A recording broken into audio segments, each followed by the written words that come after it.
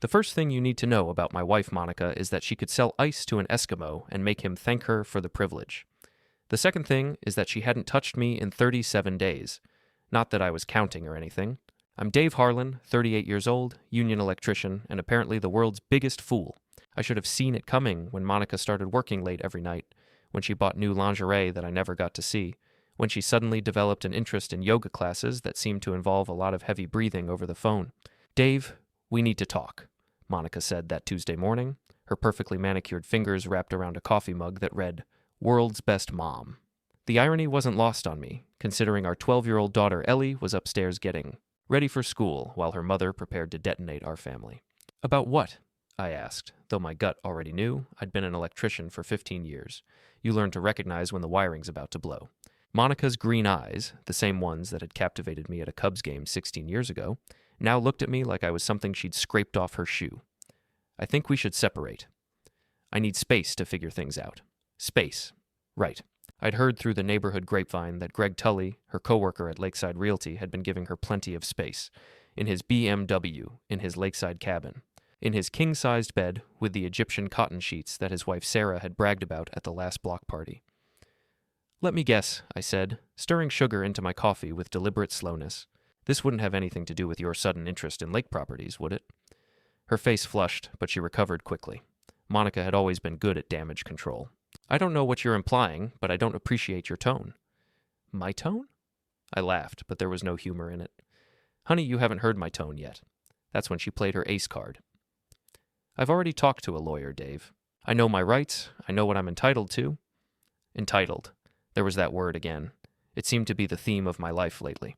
Everyone was entitled to something. Monica was entitled to her space, Greg was entitled to my wife, and I was apparently entitled to nothing but the privilege of paying for it all. Dad? Ellie's voice drifted down from the stairs. She appeared in the doorway, backpack slung over her shoulder, brown hair in the same ponytail she'd worn since she was 8. Smart kid. Smarter than her old man, apparently. Morning, sweetheart, I said, forcing a smile. Ready for school? She looked between Monica and me, her expression too knowing for a 12-year-old. Everything okay? Everything's fine, Monica said quickly. Just grown-up stuff? Ellie nodded, but I caught the look she gave me, the same look I'd been getting from a lot of people lately. Pity, like I was some pathetic husband who couldn't keep his wife happy. After Ellie left for school, Monica continued her performance. I think it would be best if you stayed at Pete's for a while. Just until we figure things out. Pete Kowalski had been my best friend since high school. He lived 3 blocks over in a house that smelled like motor oil and regret, having gone through his own divorce 2 years prior. He'd warned me about the signs, but I'd been too stubborn to listen. And if I don't want to go? I asked. Monica's mask slipped for just a moment, revealing something cold underneath. Then this gets ugly, Dave. And trust me, you don't want that. The thing about being an electrician is that you spend a lot of time in tight spaces, listening to people's conversations through thin walls. You hear things, you learn things, and over the past few months, I'd learned quite a bit about my wife and her entitled boyfriend. I knew about their Thursday afternoon client meetings that always seemed to happen at the Marriott downtown. I knew about the weekend conference in Milwaukee that had coincidentally occurred the same weekend Greg's wife was visiting her sister. I knew about the text messages Monica thought she'd deleted, the ones I'd recovered from our shared cloud account. But most importantly, I knew that Monica had underestimated me. She saw a simple electrician, a blue-collar guy who wouldn't fight back. She was about to learn how wrong she was. Fine, I said, standing up and draining my coffee. I'll pack a bag. The relief on her face was almost comical. She actually thought it was going to be that easy. As I headed upstairs to pack, my phone buzzed with a text from Pete. Heard about Monica. You okay, man? News traveled fast in Lakeview, especially when it involved the real estate queen and her wandering eye. I texted back, just getting started. Pete's house smelled like beer and disappointment, which seemed appropriate for my current situation. I'd been there 3 days when he came home from his job at the plant with a strange expression on his face. You're not going to like this, he said, tossing his hard hat onto the kitchen table, but I think you need to know. He pulled out his phone and showed me a photo. Monica's silver Honda was parked outside Greg's lakeside cabin, along with 2 other cars I recognized. Her friends Carla and Jamie from the real estate office. Girls' weekend, I said bitterly. Let me guess, they're up there planning Monica's new life. There's more. Pete scrolled to another photo. Greg's BMW is there too. So much for girls' weekend. Something cold settled in my stomach. It was one thing to know about the affair intellectually. It was another to see the evidence that they weren't even trying to hide it anymore. When was this taken? About an hour ago. I was up there checking on my uncle's place. They looked pretty cozy on the deck. I stared at the photo, anger building like pressure in a boiler. Monica wasn't just cheating, she was flaunting it. Having a party while I sat in my best friend's spare bedroom like some kicked dog. You know what? I said, standing up. I think it's time I paid them a visit. Pete raised an eyebrow. That sounds like a bad idea, Dave. Probably, but I'm fresh out of good ones. The drive to the lake took 45 minutes, giving me plenty of time to think about what I was going to say. By the time we pulled up to the tree line near Greg's cabin, I had a plan. Sort of. The cabin sat on 2 acres of prime lakefront property, worth more than I'd make in 5 years. Greg had inherited it from his grandfather, along with the trust fund that let him play real estate agent while actual working people like me kept the lights on. We parked behind a stand of oak trees and crept closer. The sounds of laughter and music drifted across the water. Through the large picture windows, I could see them clearly. Monica was sitting on Greg's lap, his hands around her waist. Carla and Jamie were on the couch, wine glasses in hand, looking like they were having the time of their lives. They were probably discussing how pathetic I was, how Monica was so much better off without me. Jesus, Dave, Pete whispered. I'm sorry, man. But I wasn't feeling sorry for myself anymore. I was feeling something else entirely. Something that made my hands steady and my mind clear. You know what the best part about being an electrician is, Pete? What's that? You learn how things work. And more importantly, you learn how to make them stop working. Greg's BMW was parked in the driveway, gleaming under the porch light like a monument to his arrogance. I'd always hated that car. The way he'd rev the engine when he picked up Monica for their client meetings. The way he'd park it in 2 spaces at the grocery store like it was some kind of throne. I walked over to it, Pete following reluctantly behind me. Dave, what are you doing? I knelt down next to the driver's side tire. You remember Jimmy Torino from high school? The guy who put shaving cream in Principal Walsh's car vents? Yeah, but Dave, Jimmy was an amateur. I pulled out my multi-tool and carefully unscrewed the valve cap from the tire. Not enough to cause an accident, just enough to make Greg's weekend a little more complicated. But as I worked, I could hear their voices through the open windows. Monica's laugh, high and bright in a way I hadn't heard in months. Greg's voice, smooth and confident. Poor Dave, Carla was saying. He really doesn't have a clue, does he? He's so pathetic, Jamie added. Monica, you should have left him years ago. Monica's response made my blood freeze. I know. I just needed to wait until the timing was right. Dave's not smart enough to hide assets, so this should be pretty straightforward. Greg laughed. By the time we're done, he'll be lucky to afford a studio apartment. What about Ellie? Carla asked. She'll understand eventually, Monica said. Kids are resilient, and Dave can have visitation, as long as he keeps up with child support. They were talking about my daughter like she was a piece of property to be divided up, like I was some inconvenience to be managed. That's when the plan really started forming. I finished with the tire and moved to the back of the car. Greg's license plate read CLOSER1, a reference to his supposed sales skills. I had a better idea for what it meant. Using a screwdriver, I carefully loosened the screws holding the plate in place. Not enough for it to fall off immediately, but enough that it would start rattling and eventually drop off somewhere on the highway. Dave, Pete hissed, we should go. But I was just getting started. I opened my tool bag and pulled out a small bottle of liquid electrical tape, the kind we use to seal wire connections. It was black, sticky, and nearly impossible to remove once it dried. I squeezed a thin line of it across the BMW's windshield wipers. When Greg tried to use them, they'd smear the black gunk across his windshield instead of cleaning it. You're going to get us arrested, Pete whispered. Only if we get caught. I was about to move on to the air conditioning vents when the cabin door opened. Greg stepped out onto the deck, phone pressed to his ear. Yeah, the divorce papers should be ready Monday, he was saying. Monica wants to move fast on this. Pete grabbed my arm, but I shook him off. I wanted to hear this. No, Dave won't fight it. Guy's got no spine. Monica says he'll probably just sign whatever she puts in front of him. The conversation continued, but I'd heard enough. They had it all planned out. The divorce, the asset division, even where Monica and Ellie would live. Greg's house, naturally. We made it back to Pete's truck without being seen, but my mind was racing. Monica thought she was so smart, so entitled to her new life. She thought I'd just roll over and let her take everything. She was about to learn how wrong she was. So what now? Pete asked as we drove back toward town. I pulled out my phone and scrolled through my contacts until I found the number I was looking for. Sarah Tully, Greg's wife. Now, I said, hitting the call button. We even the playing field. Sarah Tully answered on the third ring, her voice cautious. Dave, is everything okay? That depends on your definition of okay, I said. Can we meet somewhere? I think there are some things you should know about your husband. There was a long pause. I was wondering when someone would finally call me. We met at Murphy's Diner on Route 47, a place where the coffee was strong and the booths offered privacy.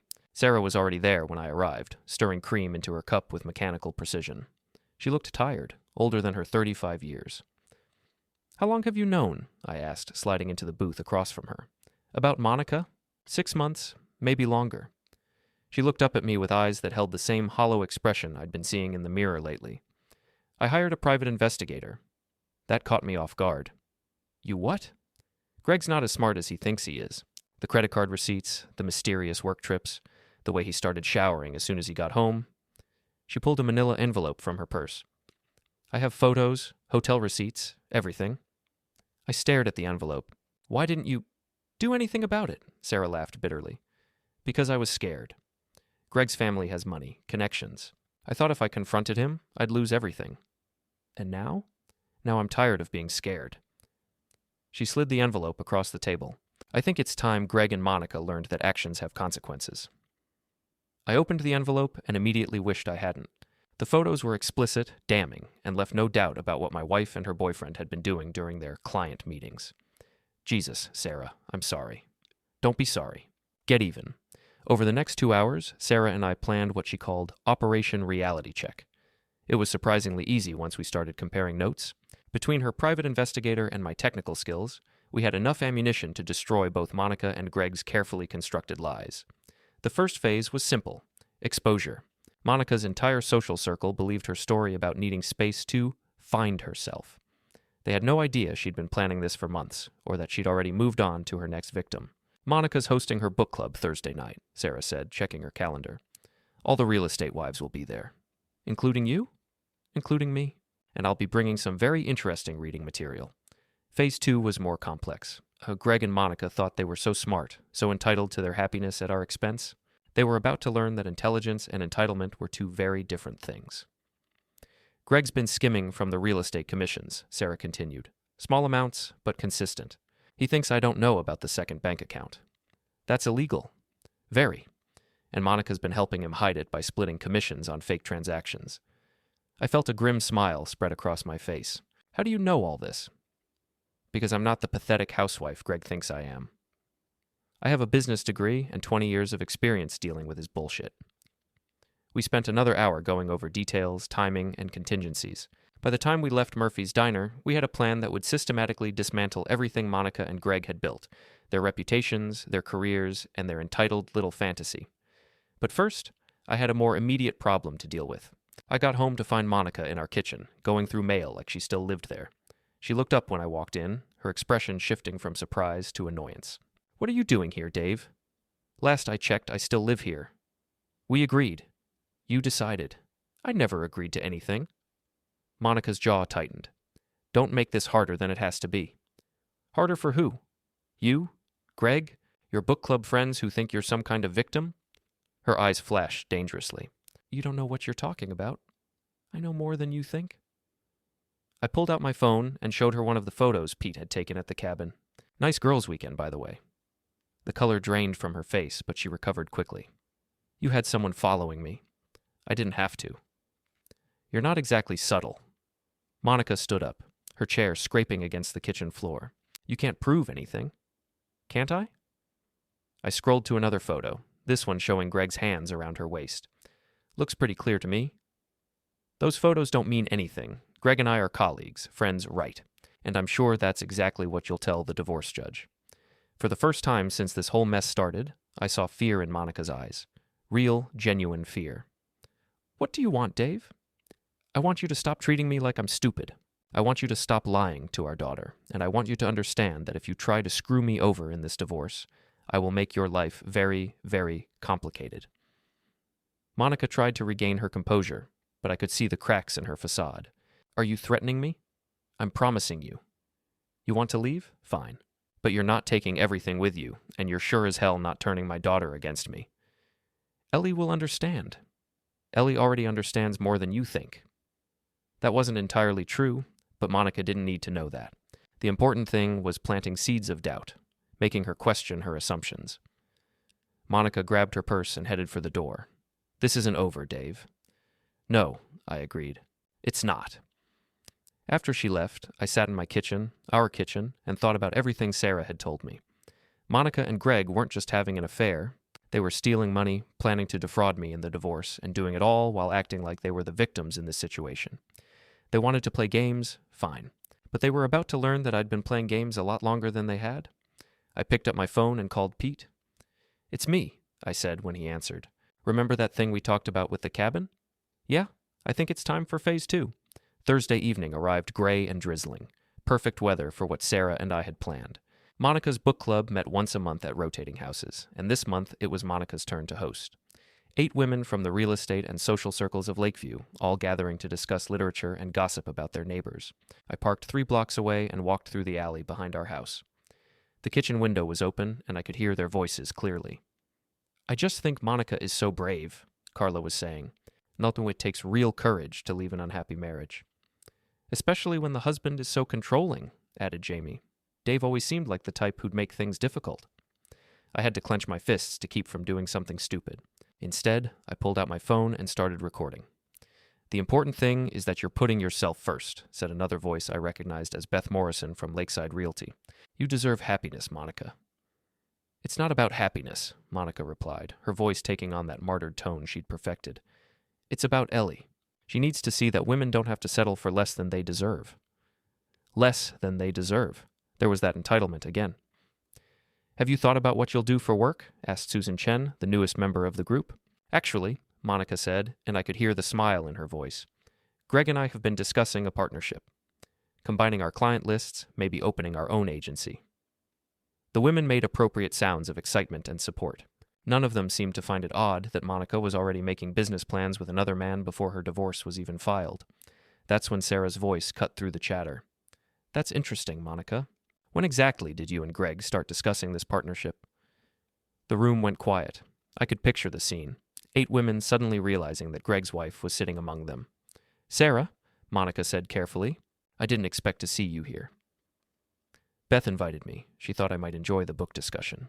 Sarah's voice was steady, controlled. "Speaking of books, I brought some reading material I thought you might find interesting." I heard the rustle of papers, then a collective gasp. "These are bank statements," Sarah continued, showing deposits into an account that my husband opened 6 months ago. "Notice the dates and amounts. They correspond exactly with several real estate transactions that Monica was involved in." "Sarah, I don't think," Monica started. "Oh, but I do think. I think quite a lot, actually. For instance, I think about how Greg started working late right around the time these deposits began. I think about how Monica suddenly became his favorite colleague. I think about how convenient it is that they're planning a business partnership." The silence stretched out, broken only by the sound of papers rustling as the women examined the evidence Sarah had provided. "These photos," whispered Carla. "Oh my God, Monica." "Where did you get these?" Monica's voice was tight with panic. "Does it matter? What matters is that while you've been playing the victim, talking about courage and putting yourself first, you've been lying to everyone in this room." "It's not what it looks like," Monica said desperately. "Really? Because it looks like fraud. It looks like adultery. It looks like 2 people who think they're entitled to whatever they want, regardless of who gets hurt." I heard a chair scrape back, then footsteps. "Where are you going, Monica?" Sarah asked sweetly. "I don't have to listen to this." "Actually, you do." "Because I'm not finished." The footsteps stopped. "You see, ladies, Monica and Greg have been very busy. They've been stealing money from their real estate commissions. They've been planning Monica's divorce to maximize what she can take from Dave. They've even been discussing how to minimize Greg's losses when I inevitably find out about their affair." "Sarah, please." Monica's voice was barely a whisper. "The best part? They think they're so smart, so much smarter than their stupid spouses who couldn't possibly figure out what was going on." I heard Beth Morrison clear her throat. I think I should go." "We all should," said Susan Chen. One by one, I heard chairs pushing back, footsteps heading toward the front door, murmured goodbyes that sounded more like condolences. "Ladies," Sarah called out as they left. I hope you'll remember this the next time someone tells you they're entitled to happiness at someone else's expense. The front door closed, leaving only Monica and Sarah in the house. You bitch, Monica hissed. You've ruined everything. No, Monica. You did that all by yourself. I just made sure everyone knew about it. I heard Sarah's heels clicking across the hardwood floor, then the front door opened and closed again. Monica was alone now, and I could hear her crying. Part of me felt sorry for her, the part that remembered falling in love with her, marrying her, building a life together. But that part was getting smaller every day. I waited 10 minutes before using my key to enter through the front door. Monica was sitting on the couch, mascara streaked down her cheeks, surrounded by the evidence of her betrayal. Hello, Monica. She looked up at me with red-rimmed eyes. How long have you been out there? Long enough. She wiped her nose with the back of her hand, a gesture that reminded me of Ellie when she was upset. Sarah's lying about the money. Is she? Those bank statements don't prove anything. I sat down in the chair across from her, the same chair where I'd read bedtime stories to Ellie, where I'd watched football games and argued with Monica about household budgets. You know what the funny thing is? I said. I might have forgiven the affair. People make mistakes, marriages go through rough patches. But the lying, the planning, the way you've been treating me like I'm too stupid to figure it out? Monica's face crumpled. Dave, I never meant... Yes, you did. You meant all of it. You and Greg, you think you're so much smarter than everyone else, so much more deserving. That's not true. Then explain the bank account. Explain the photos. Explain why you've been planning this divorce for months while pretending to work on our marriage. She couldn't, of course, because there was no explanation that didn't make her look like exactly what she was. A woman so entitled to her own happiness that she'd destroy everyone around her to get it.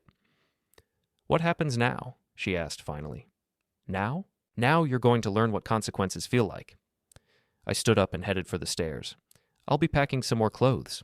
I suggest you call Greg and figure out your next move, because after tonight, everyone in Lakeview knows exactly who you really are. As I climbed the stairs, I could hear her starting to cry again, but I felt no satisfaction in her tears. This wasn't about hurting Monica. It was about making sure she couldn't hurt anyone else. My phone buzzed with a text from Sarah. Phase 1 complete. Ready for Phase 2?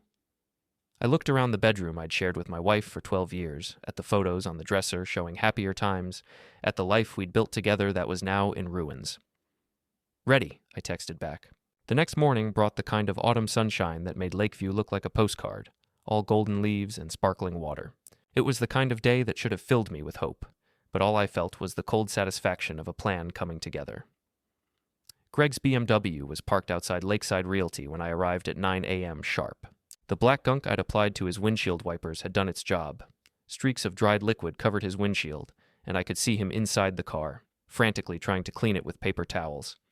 I walked over and tapped on his window. Greg looked up, his face flushed with frustration.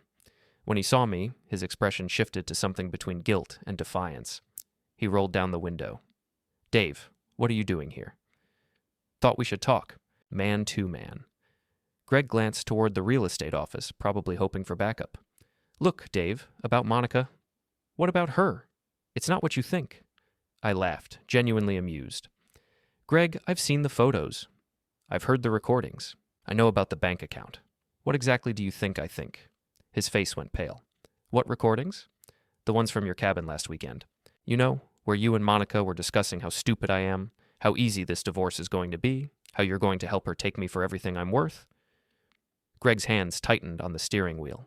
You were spying on us? I was protecting my interests. Something you might want to consider doing yourself. What's that supposed to mean? I leaned closer to his window. It means your wife knows everything, Greg.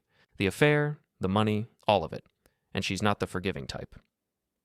Greg's face went from pale to gray. Sarah doesn't know anything. She knows about the second bank account. She knows about the fake transactions. She knows about the hotel receipts you thought you were hiding so well. You're lying.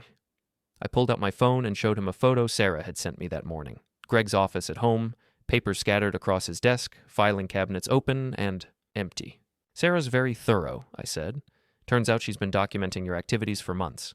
She even hired a private investigator. Greg stared at the photo, his mouth opening and closing like a fish out of water. Here's the thing, Greg. You and Monica, you think you're so smart. You think you can just take whatever you want and the rest of us will roll over and let you do it. Dave, listen. No, you listen. You want to screw around with my wife? Fine. You want to steal money from your real estate deals? That's between you and the law, but you made one big mistake. What's that? You underestimated me.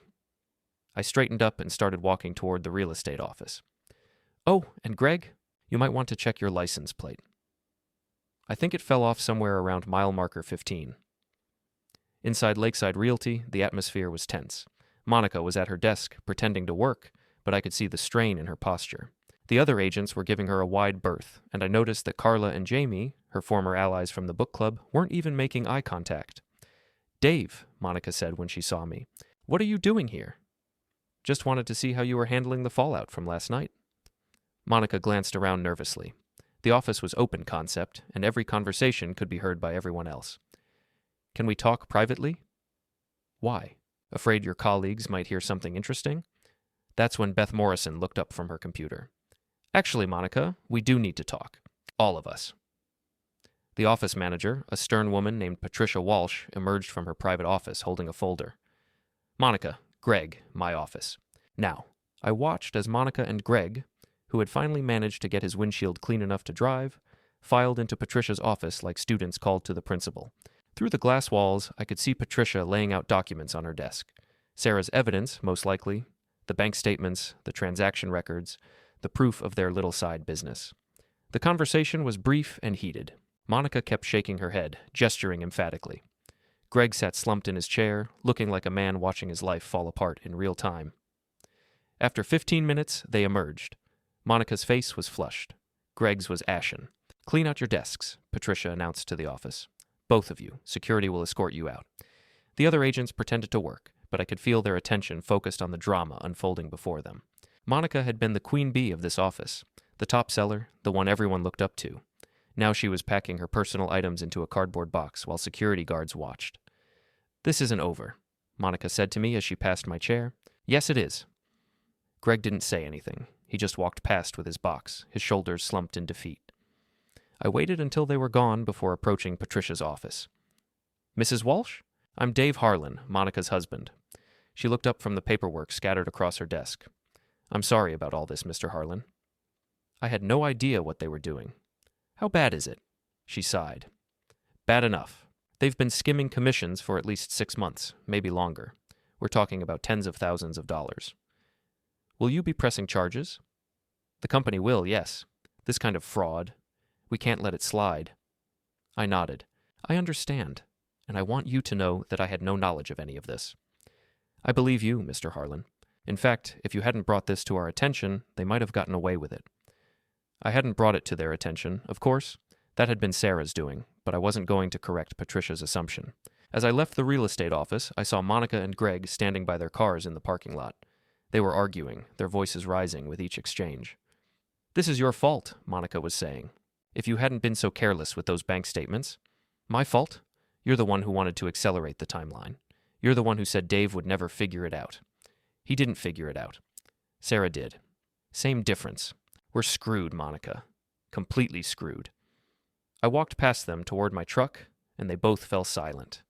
Monica's eyes were filled with a mixture of rage and desperation. Greg just looked beaten. Enjoy the rest of your day, I said pleasantly.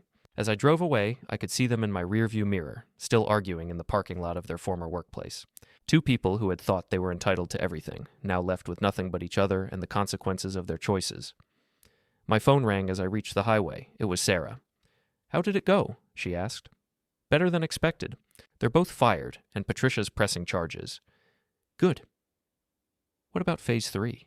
I thought about Ellie, about the conversation we'd need to have, about the custody battle that was surely coming. Vyporsche. Phase 3 is where we make sure they can't hurt anyone else. I'm ready when you are. As I drove home through the streets of Lakeview, past the houses where neighbors were probably already gossiping about Monica and Greg's downfall, I felt something I hadn't experienced in months. Control. For the first time since this nightmare began, I was the one making the moves, setting the agenda, determining the outcome. Monica and Greg had wanted to play games with my life, my marriage, my daughter's future. They had thought they were so much smarter, so much more deserving than the people they were hurting. They were about to learn just how wrong they were. 2 weeks later, the divorce papers arrived. Monica was asking for everything: the house, primary custody of Ellie, alimony, and half of my pension. She was also claiming emotional distress and requesting that I pay her legal fees. I read through the documents in my lawyer's office, a small practice above Murphy's Diner run by Tom Bradley, a guy I'd known since high school. "She's asking for a lot," Tom said, adjusting his glasses. "But given her current circumstances, I don't think any judge is going to be very sympathetic." Monica's arrest had made the front page of the Lakeview Herald. Local real estate agents charged with fraud. The photo showed her and Greg being led away in handcuffs, their faces carefully turned away from the cameras. "What about Ellie?" I asked. "That's where it gets complicated. Monica's going to argue that the fraud charges are unrelated to her ability to parent. She'll probably claim you set her up, that you're vindictive and unstable. Can she do that?" Tom shrugged. "She can try, but we have some advantages." He pulled out a folder. Sarah Tully's divorce was finalized yesterday. She got everything: the house, Greg's trust fund, even his precious cabin. Turns out prenups work both ways. Good for her. The interesting part is what she found when she was cleaning out Greg's home office. Tom slid a document across the desk. It was a printout of an email from Monica to Greg, dated 3 months ago. "Dave's so pathetic," I read aloud. "He actually thinks I'm going to marriage counseling. I'm meeting with the lawyer instead. By the time I'm done, he'll be lucky to see Ellie every other weekend." I stared at the email, feeling the familiar anger build in my chest. She was planning this whole thing. Gets better, or worse, depending on your perspective. Tom showed me another email. This one was from Greg to Monica. "Found a way to hide more of the commission money. Dave will never be able to afford a good lawyer if he doesn't know how much we actually made. They were stealing money specifically to sabotage my divorce case?" That's what it looks like. Sarah found dozens of these emails. Monica and Greg weren't just having an affair. They were conducting a systematic campaign to destroy your marriage and your finances. I leaned back in my chair, processing this information. What does this mean for the custody case? It means Monica's credibility is shot. No judge is going to award primary custody to someone who is actively plotting to defraud her husband. And the house? Given that Monica was planning to steal marital assets to pay for her legal fees, I think we can make a strong case that she's forfeited any claim to the house. I felt a grim smile spread across my face. So she gets nothing? Well, she'll probably get jail time. Does that count? That afternoon, I picked up Ellie from school. She'd been staying with me at Pete's house since Monica's arrest, and the adjustment had been difficult for both of us. "Dad," she said as we drove home, "is Mom going to prison?" I'd been dreading this conversation, but I knew it was inevitable. "I don't know, sweetheart. That's up to the judge." "Good," she said quietly. I glanced at her in the rearview mirror. "What do you mean?" "I mean, she deserves it. What she did to you, to us, it wasn't right. Ellie, she's still your mother." "No, she's not. Not anymore." Ellie's voice was steady, matter of fact. A real mother wouldn't try to take her daughter away from her father just to hurt him. I pulled over to the side of the road and turned to face her. "How do you know about that?" I heard her talking to Greg on the phone. She said she didn't really want custody. She just wanted to make you suffer. The anger that had been simmering for weeks finally boiled over. Monica hadn't just betrayed me. She'd been willing to use our daughter as a weapon. "I'm sorry you had to hear that, Ellie." She shrugged. "I'm not. Now I know who she really is." The trial began 3 weeks later. Monica and Greg were charged with fraud, embezzlement, and conspiracy. The prosecution had a mountain of evidence: bank records, emails, witness testimony from their former colleagues. I sat in the gallery and watched as my wife of 16 years tried to explain away her actions. She claimed she was the victim of Greg's manipulation. She said she'd been emotionally abused and coerced. She even suggested that I had somehow orchestrated the whole thing to frame her. The jury didn't buy it. Greg testified against her, hoping for a reduced sentence. He described in detail how Monica had initiated the fraud scheme, how she'd been the one to suggest stealing money to pay for her divorce lawyer, how she'd planned to leave me with nothing. She said Dave was too stupid to figure it out, Greg told the court. She said he deserved what was happening to him because he'd never been good enough for her. Monica's lawyer tried to object, but the damage was done. The jury deliberated for less than 2 hours, guilty on all counts. Monica was sentenced to 3 years in prison. Greg got 5, since he had a prior conviction for financial fraud that I hadn't known about. As the bailiff led Monica away, she looked back at me one last time. Her face was a mixture of rage and disbelief, as if she still couldn't understand how her perfect plan had fallen apart. I felt nothing. No satisfaction, no sadness, no anger, just emptiness where my marriage used to be. The divorce was finalized a month later. I got the house, primary custody of Ellie, and half of the money Monica and Greg had stolen. The other half went to restitution for their other victims. Monica got nothing except a prison uniform and the knowledge that her sense of entitlement had cost her everything that actually mattered. I was cleaning out the last of Monica's belongings when I found her journal, hidden in the back of her closet. I probably shouldn't have read it, but curiosity got the better of me. The entries from the past year painted a picture of a woman who had convinced herself that she deserved better than the life she had. She wrote about feeling trapped, about deserving happiness, about how I was holding her back from her true potential. The final entry, dated the day before her arrest, was the most revealing. Dave will never understand that some people are meant for more than suburban mediocrity. I'm not like him. I'm not content to settle for less than I deserve. When this is all over, I'll have everything I want, and he'll finally realize what he lost. I closed the journal and threw it in the trash. Monica had been right about one thing. I did realize what I'd lost. I'd lost my illusions about the woman I'd married. I'd lost my faith in the idea that love was enough to overcome selfishness and entitlement. But I'd gained something more valuable, the knowledge that I was stronger than I'd thought, smarter than my enemies had assumed, and capable of protecting what mattered most. As I locked the door to what was now just my house, I thought about Monica sitting in her prison cell, probably still wondering how her perfect plan had gone so wrong. The answer was simple. She'd underestimated the consequences of treating people like they were disposable. She'd thought she was entitled to happiness at any cost, and she'd learned too late that some costs are too high to pay. I picked up Ellie from school that afternoon, and we drove home to our house, our life, our future. Monica had wanted to take everything from me, but in the end, she'd only taken herself, and honestly, we were better off without her.